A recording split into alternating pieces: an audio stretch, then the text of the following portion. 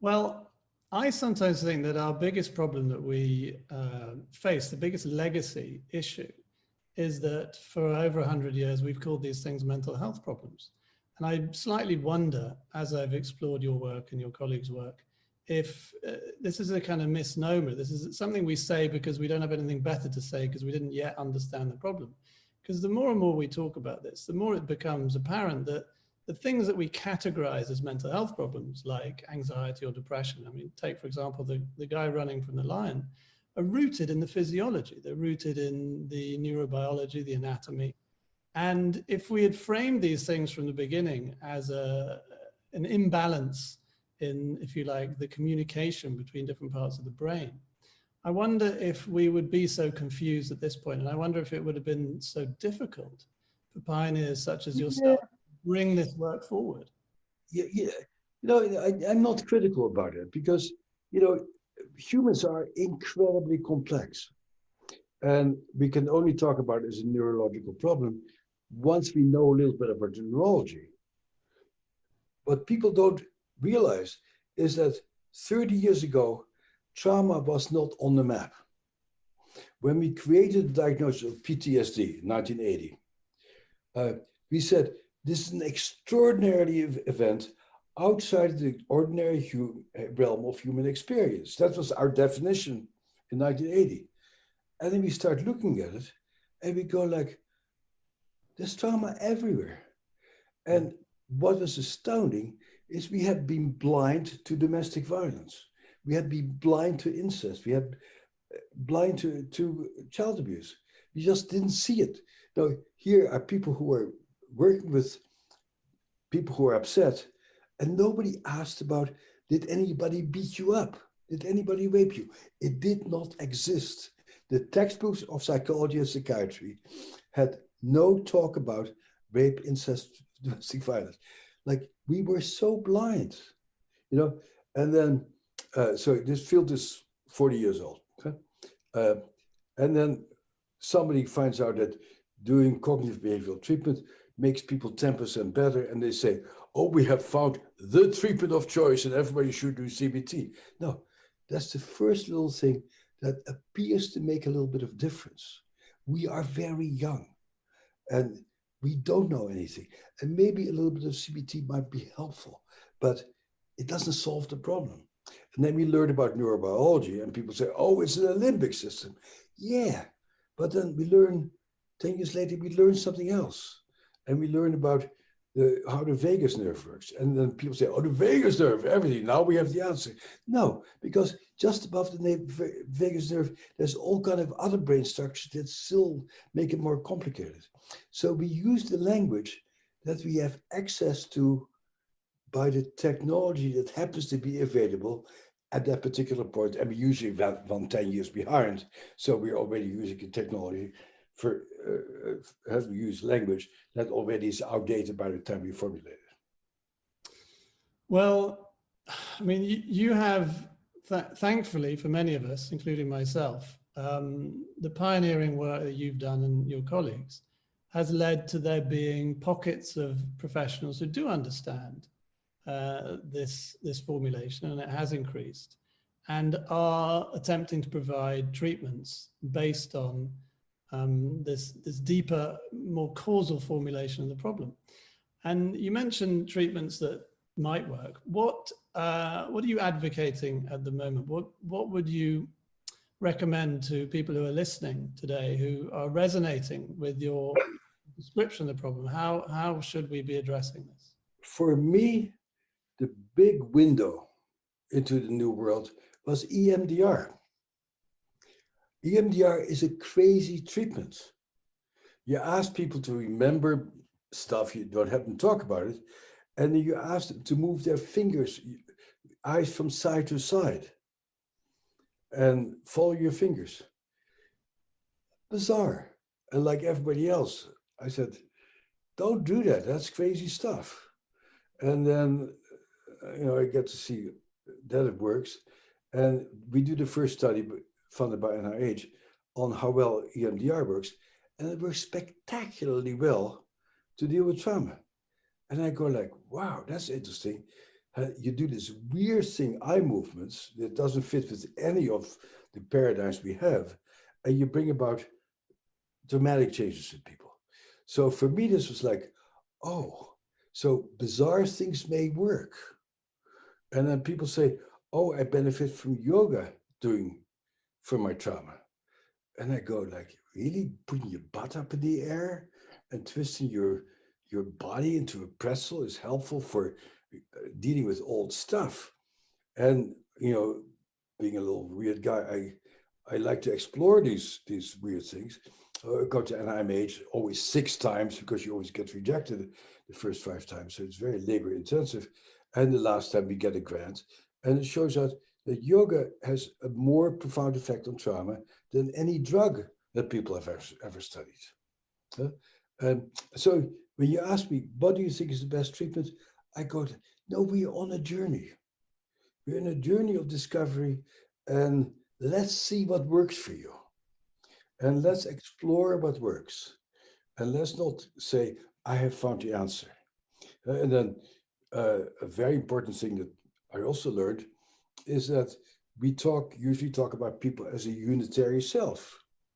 And then Dick Schwartz amplifies something that earlier people like Genet and Jung had, but it becomes very popular now because these things have always been said before.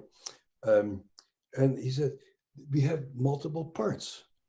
And in order to protect ourselves from feeling so horrible and helpless, we develop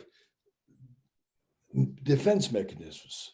So we become very controlling and uptight, and that becomes our character structure in order to keep that terrified, frightened part of me under control. And then when I can't control it any longer, I feel completely out of control. And this person who's always uptight and careful suddenly starts drinking or taking cocaine.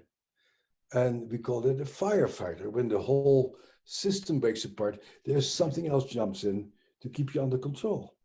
And then you start understanding that people do what they can in order to survive feeling completely disintegrated. And then you get to see that, oh, some people cut themselves in order to stay under control. And I go, that's interesting. For some people, cutting seems to be a helpful way of coping. In the long range, it's probably not so great. Other people find that starving myself gives me more sense of control. And then people say to these people who starve themselves, you better eat. If you don't want to die, you have to eat. But they don't understand that this learning to not eat started off as a self-preservative way of surviving whatever they try to survive. And so that you get to see that a lot of weird things that people do are in essence self-protective ways of desperately trying to not succumb to complete helplessness.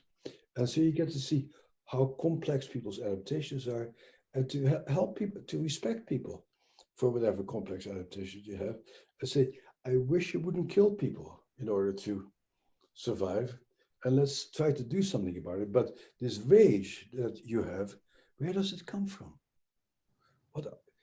Where does this rage start? And then the critical element, and that is something I feel quite strongly about it, and I'd be surprised that I would change my mind about it before I croak, and that the critical issue is the development of self-compassion for that creature that you inhabit. And to really get to understand, like, I developed these habits and these coping mechanisms in an attempt to desperately stay in control for myself. Yeah, I think that it's one of the most helpful ideas that people I see in treatment take on is when we move from this delusion that we are just one entity. As I was saying before, I have this kind of dialogue with Benjamin, but really the model that I sometimes think of is the hung parliament, which we had in Great Britain for a while over this Brexit fiasco.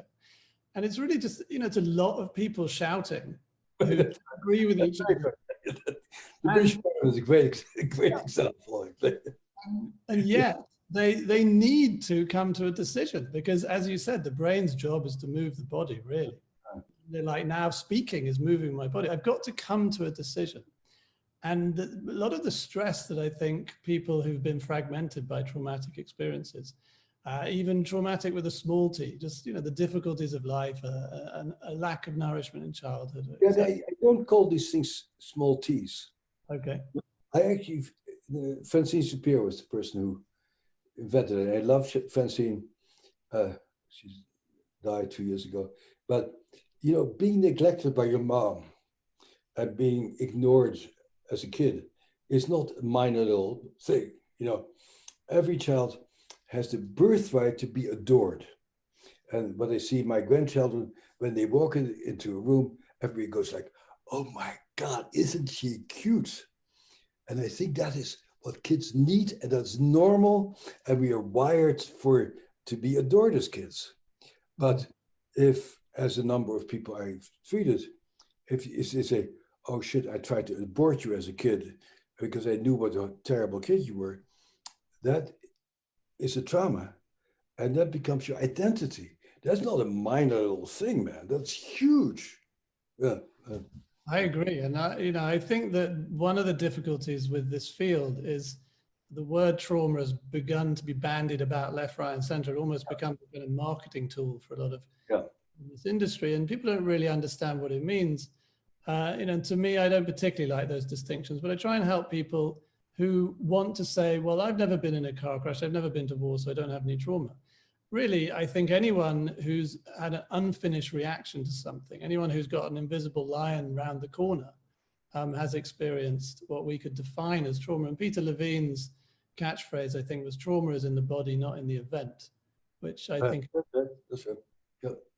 So, we can end up with these fragmented parts, this kind of rowdy, hung parliament. And I think it's one of the most important ideas to take on. I sometimes say to people, well, you're familiar with this because you'll go to work and you'll sit down with a colleague and you'll say, oh, part of me really wanted to stay in bed this morning.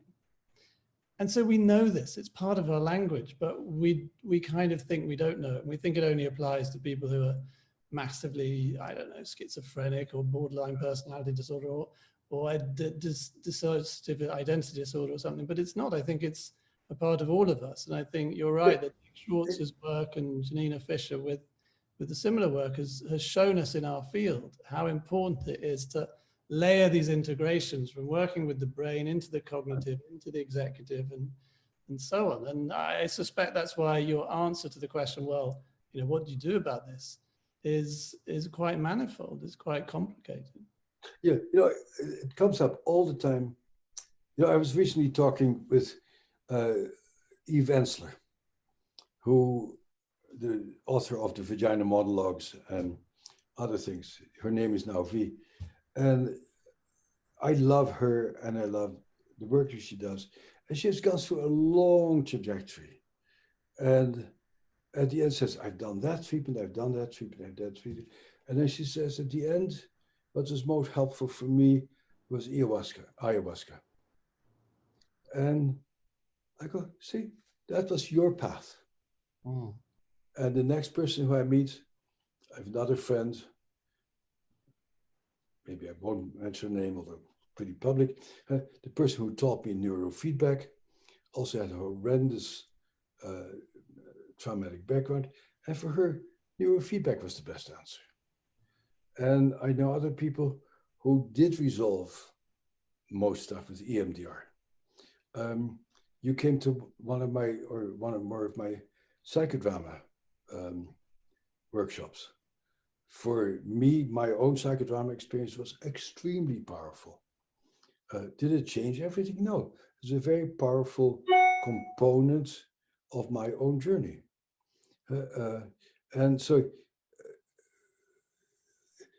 I think it's true in your journey also, Benjamin, is that we take one piece at a time and we grow. And it's not like, oh my God, I found the answer.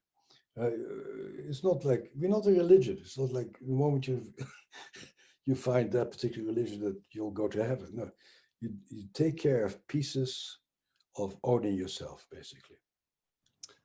Yeah, I think that's definitely true. And one of the things that, a theme in what you're talking about actually is kind of innovation.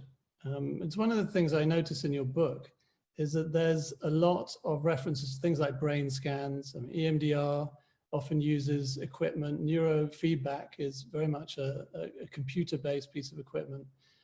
This whole field would be totally different without the equipment to do brain scanning. But there's another side to innovation that's emerging, which I think is fascinating, which is this research that you're doing into using substances as an adjunct therapy. And I wonder if there's anything you can tell us about where you think the field is going. I mean, we've talked about the last 30 years and particularly last 5 or 10 years. What do the next 5 to 10 years look like? Well, we are creatures of fashion, and we go from one new thing after another, and we abandon old things. Like, I studied the history of trauma very carefully, and the way the early people treated trauma was through hypnosis. And I've read numerous case histories of people really getting cured with hypnosis. Today, nobody does hypnosis anymore. So things come and go. And then when I was a college student, I lived in the psychedelic world. And like every good college student who went to school in the 60s, I took LSD and mushrooms, as did every one of my colleagues and friends who have become a major scientist. And when I asked my friends, what effect do you think the psychedelics have had on your who you are today? Every one of my friends says, the psychedelics were profoundly important for who I became, because as a scientist, I needed to see that the universe is much larger than the universe that contains me. And LSD helped me to see that there is lots of things we don't know, and it helped me to explore that. And so, but Vic Doblin and Michael Mithoefer started to explore psychedelics. I warned them. I said, people who I know who did this stuff have gone to jail, and they're never worked. So I said to them, don't do it. And they said, thank you very much for your opinion. And they did it. And they really are showing something that doesn't surprise me a bit, that if you take psychedelic agents very carefully, under very controlled conditions, and I can't say that enough, because I run a laboratory that does that right now. It needs to be extremely careful. Then when you take these drugs, you live in a different mind, and you see yourself in a different way, and you feel oftentimes calm, particularly if you have really good therapy around you, and you can explore yourself in ways you have never explored yourself. And I'm the spokesperson for MAPS right now, so I can't. And they told me specifically, until the paper gets published, we don't want you to tell the specific results yet, so I won't do that. But it had extremely good results, like extremely good results, and it was also very surprising to me how in the 12 sites around the US in which the studies were conducted, there was not a single serious adverse side effect. And that, I think, is quite remarkable, because playing around with these substances is not an innocent little thing. I think, every time you open up your mind to explore the dark recesses of pain and trauma, you really, it's an act of great courage. And it is also potentially dangerous. So it needs to be done extremely carefully. But much to my delight, the results are really outstanding. That's amazing. And is that the study with MDMA? That's MDMA, right? But there's parallel studies going on with psilocybin. As far as I know, nobody's formally studying ayahuasca, but certainly the anecdotes about ayahuasca are also very positive. But again, don't mess around with this. I want to actually say something about it, because ketamine is one of these substances also, and ketamine is legal. And so the moment it became legal, people set up these clinics where you can go and get your ketamine, and you can go home and you take your ketamine. I think that's a terrible thing. In fact, I have a friend who was a really hard time, and he went to a ketamine clinic to deal with his extreme depression, and he went home and he killed himself. Mm. And so this stuff should be done under very careful, protective circumstances. You shouldn't do it by yourself. You really should do it when people are around you to help you with all this stuff that comes up. Yeah? And that's makes perfect sense in the Andes when people do ayahuasca. You don't say, "Hey, go take that take this stuff." There's a whole ceremony about it, and the ceremony is very important.